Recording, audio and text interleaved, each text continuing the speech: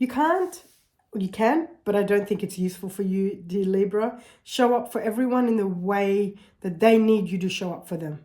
And you have a lot of people around you that have ideas and expectations about how you should show up. And you can feel this. You may not recognize what it is, but it's almost like there's a type of pressure that you have on you continuously to show up and to please and to be there for other people in the way that you think that you want them to be. It's exhausting.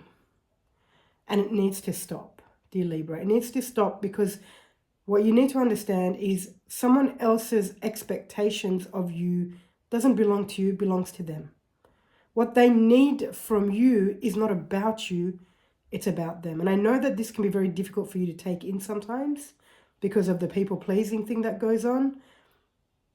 I strongly recommend and urge the Librans at the moment to leave what belongs to others with them and focus on what works for you.